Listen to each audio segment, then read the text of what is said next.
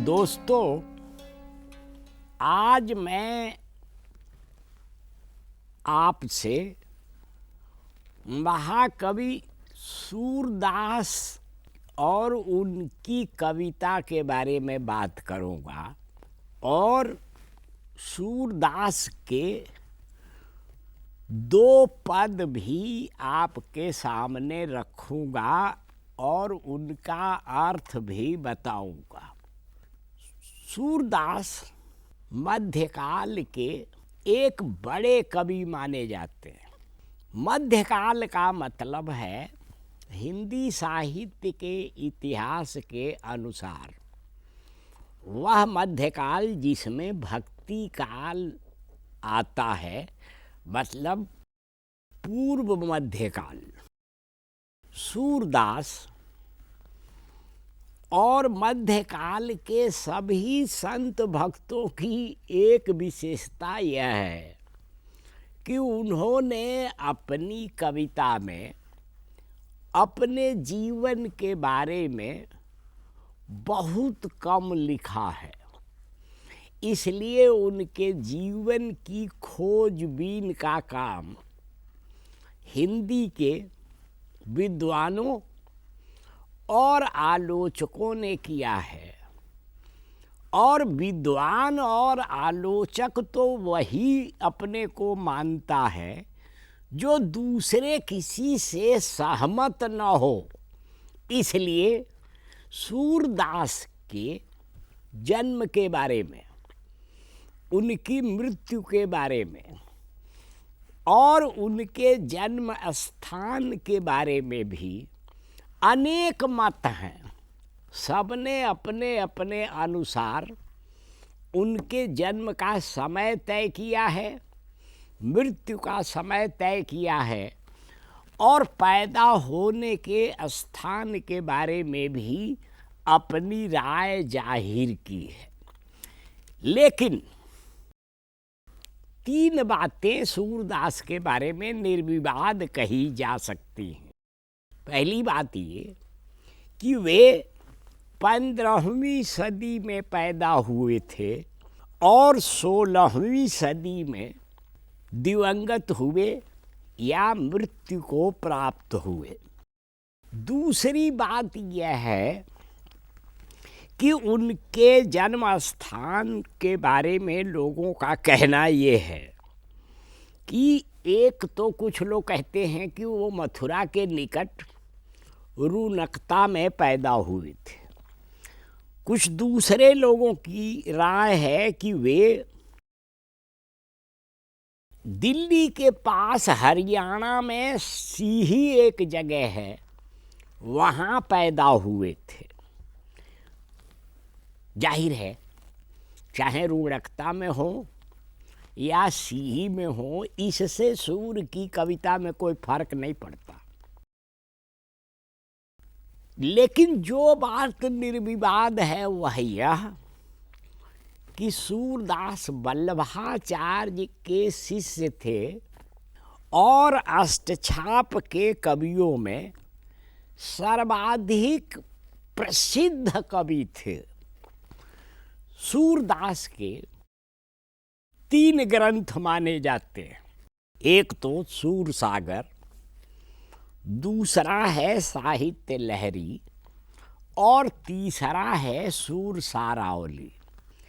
ये जो सूरसागर है उसको छोड़कर बाकी जो उनकी कविता की किताबें मानी जाती हैं उसके बारे में भी विद्वानों की अलग अलग राय है कि वे सूरदास के हैं भी या नहीं हैं।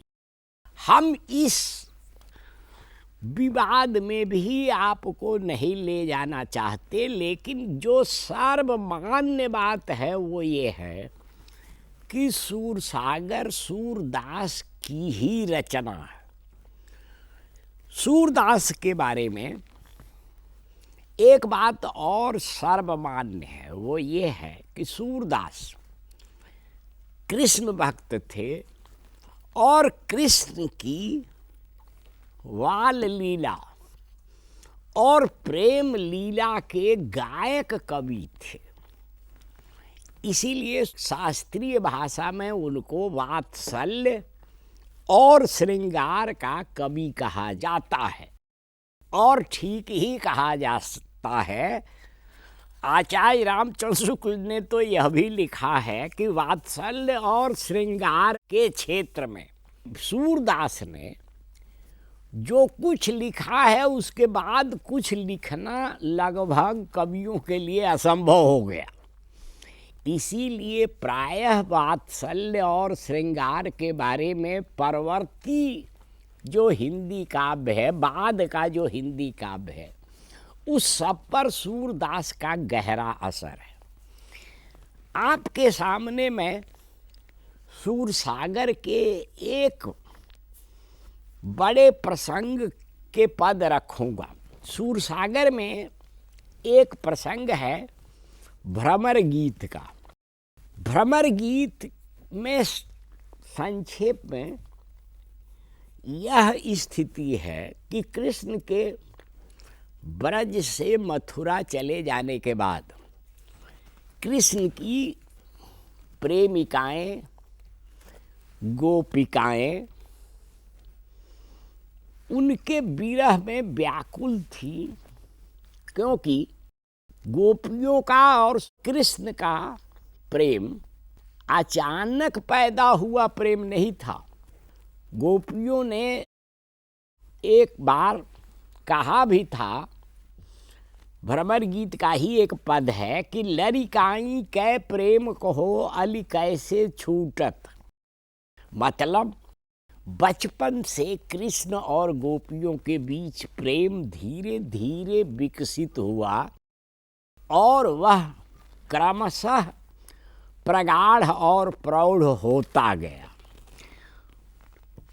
कृष्ण ने मथुरा जाने के बाद वहाँ से अपने मित्र उद्धव को गोपियों के पास भेजा दूत के रूप में। पर ये जो दूत के रूप में उद्धव आए वो ज्ञानी पुरुष थे। ये ध्यान रखिए कि प्रेम में ज्ञान सहायक नहीं बाधक ही होता है। इसीलिए रीतिकाल के महाकवि घनानंद ने कहा था कि अति सूधो स्नेह को मार्ग हैं जहाँ नेक सयान बाक नहीं। प्रेम के रास्ते में थोड़ी भी चालाकी प्रेम के स्वरूप को बिगाड़ देती है। पर उद्धव तो बड़े भारी ज्ञानी समझते थे अपने आप को। उनको अपने ज्ञान का गर्व भी था, बल्कि कृष्ण ने उसी गर्व को खंडित करने के लिए गोपियों के पास भेजा कि प्रेम के सागर में जाकर नहा आएं तो ज्ञान का जो आवरण है वो हट जाएगा। ये जो उद्धव आए गोपियों से बातचीत करने, उसी बीच में एक भ्रमर कहीं से उड़ता हुआ आ गया। अब ये भी ध्यान रखिए कि भ्रमर एक वास्तविकता भी है और एक प्रतीक भी है। आप लोग सब लोग भ्रमर को जानते हैं, पर प्रतीक भ्रमर इस चीज का है कि वो कृष्ण का प्रतीक बन गया है।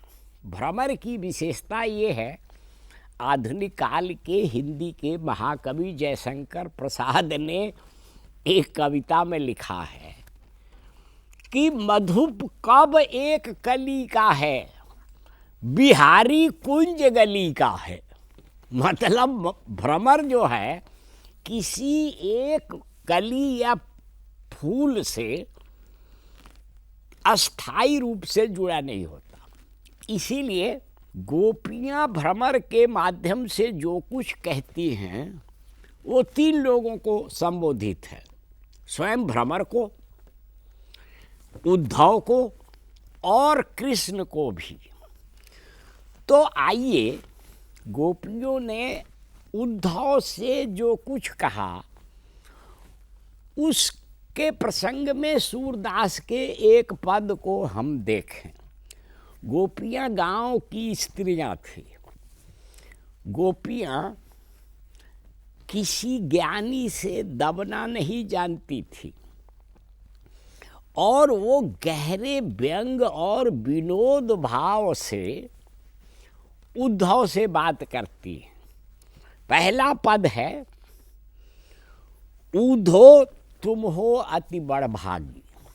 गोपियों का असली इरादा तो ये कहने का है कि उद्धव तुम तो परम अभागे हो, क्योंकि प्रेम से कभी तुम्हारा कभी कोई संबंध रहा ही नहीं है।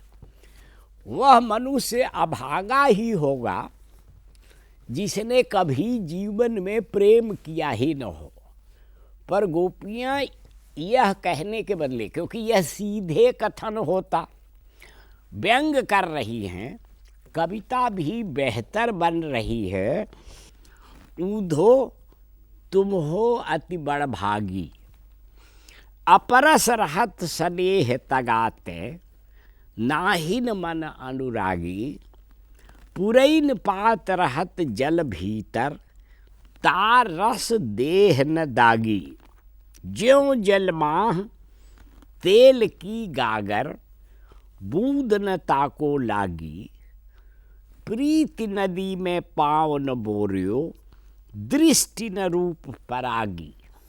सूरदास अबला हम भोरी, गुर चीटी ज्यों पागी। ऊधो तुम हो अति बड़भागी। ऊधो तुम तो बड़े भाग्यवान हो, अपरस रहत स्नेह तगाते। तुम प्रेम के धागे का स्पर्श तुम्हें हुआ ही नहीं, न धागे ने तुम्हें छुआ न तुमने धागे को छुआ। नाहिन मन अनुरागी, और तुम्हारे मन में कभी प्रेम पैदा ही नहीं हुआ। कैसे हो तुम? दूसरी उपमा गोपियों ने दी कि जैसे पुरैन का पत्ता, कमल या पुरैन का पत्ता भी होता है और कमल हो तो फूल भी होता है, वो पानी में ही रहता है लेकिन पानी से अलग रहता है। इसलिए गोपियाँ कह रही हैं कि पुरैन पात रहत जल भीतर, तार रस देह न दागी। लेकिन जल में रहने के बावजूद जल की एक बूंद उस पर ठहर नहीं पाती, वही हालत तुम्हारी है। गोपियों ने एक और उदाहरण दिया कि ज्यों जलमाही तेल की गागर, बूंद न ताको लागे। अगर एक तेल से भरी हुई गगरी पानी में डुबा दी जाए तो उस पर एक बूंद पानी टिकता नहीं है, वैसे ही हो तुम। प्रीति नदी में पाँव न बोरियो, तुमने प्रीत या प्रेम की नदी में पैर भी नहीं रखा है, नहाना तो छोड़ दीजिए। दृष्टि न रूप परागी, और तुम्हारी जो आंखें हैं उनमें रूप का पराग, रूप की आभा कभी तुम्हारे आँख में लगी ही नहीं, या आँख तुम्हारी वहाँ तक पहुँची ही नहीं। गोपियों ने गहरे व्यंग के बाद अत्यंत विनय के साथ यह कहा कि सूरदास अबला हम भोरी। हम स्त्रियां तो भोली स्त्रियां हैं, गोपियां भोली माने सीधी साधी। तो हम तो गुड़ में जैसे चींटी सट जाती है और मर जाती है तो भी उससे अलग नहीं होती, उसी तरह हम कृष्ण और उनके प्रेम से अविभाज्य रूप से संबद्ध हैं। हम उनसे दूर हो ही नहीं सकते। इसलिए तुम्हारा सारा उपदेश हमारे लिए व्यर्थ है। एक और पद देखिए, यह भी गोपियों के अपार प्रेम का प्रमाण है। मन की मन ही माझ रही, कहिए जाई कौन पे ऊधो, नाही परत कही, अवधि आधार आस आवन की, तन मन बिथा सही, अब इन जोग संदेशनि सुनि सुनि, बिरहिन बिरह दही, चाहत हुती गुहार जितहिते, उतते धार बही, सूरदास अब धीर धरहि क्यों, मर्यादा न लही। गोपियां कहती हैं कि मन की मन ही माझ रही। माझ माने मध्य, माने हमारे मन की बात हमारे मन में ही रह गई। हम लोग कृष्ण से अपनी पूरी बात नहीं कह पाई। आगे कहती हैं कि कहिए जाई कौन पे ऊधो, ना ही परत कही। देखिए, प्रेम एक ऐसा भाव है कि जब वह गहरे स्त्री या पुरुष के मन में होता है तो कुछ कहते नहीं बनता। आधुनिक काल के एक कवि हैं जगन्नाथ दास रत्नाकर। उन्होंने इसी भ्रमर गीत की कथा को उद्धव शतक नाम के अपने काव्य में रखा है। उसमें एक जगह उन्होंने लिखा है कि कहते न बने, सहते न बने, मन ही मन पीर पिरैबो करे। प्रेम की व्यथा न कहते बनता है न सहते बनता है, पर मन में व्यथा दुख पीड़ा तो रहती ही है। वही बात गोपियां कह रही हैं, कहिए जाय कौन पे ऊधो, ना ही परत कही। किससे जाकर कहें, कहा नहीं जाता। हम लोग तो अवधि आधार आस आवन की, हम लोग तो कृष्ण यह कह कर गए थे कि हम कुछ दिनों में लौट आएंगे। जो समय देकर वो गए थे, अवधि काल जो बता गए थे, हम तो उसी के आधार पर जीवित थे और शरीर और मन दोनों की व्यथा सह रहे थे। अब बदले में तुम योग का संदेश लेकर आए हो। तो यह सुनकर हमें ऐसा ही लग रहा है जैसे गांव के मुहावरे में जले पर नमक छिड़कने जैसा, कि हम और भी अधिक गहरे वियोग में डूब गए हैं और जल रहे हैं। हम जिससे अपने प्रेम के पाने की उम्मीद करते थे, मतलब कृष्ण से, और जिससे अपने दुख से छुटकारे की उम्मीद करते थे, उधर से ही ज्ञान और योग की ऐसी धार आई है कि उसमें हम डूब उतरा रहे हैं, जात बहे मैंने बह रहे हैं। इसलिए अब हमारे जीवन की भी कोई आस नहीं है कि हम जीवित रहेंगे कि नहीं। गोपियाँ, सूर की गोपियाँ कहती हैं कि सूरदास अब धीर धरो क्यों। हम कैसे धीर धरें, कहीं कोई हमारे धैर्य का आधार नहीं है, कोई बांध नहीं है, कोई आड़ नहीं है, कोई ऐसी चीज़ नहीं है जिसको थाम कर पकड़ कर हम अपना दर्द सहें। इस प्रक्रिया में गोपियाँ अपनी व्यथा को उद्धव से कहती।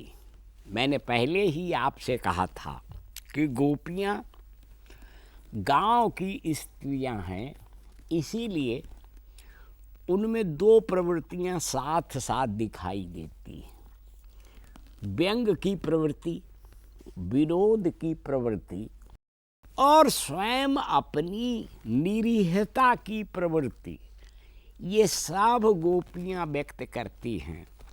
महाकवि सूरदास ने गोपियों की विह्वलता, बेचैनी, निरुपायता सबको एक साथ व्यक्त किया है और साथ ही भ्रमर, उद्धव और कृष्ण तीनों पर गहरा व्यंग किया है, जिसको पढ़कर और सुनकर किसी भी श्रोता और पाठक का मन प्रसन्न हो जाता है।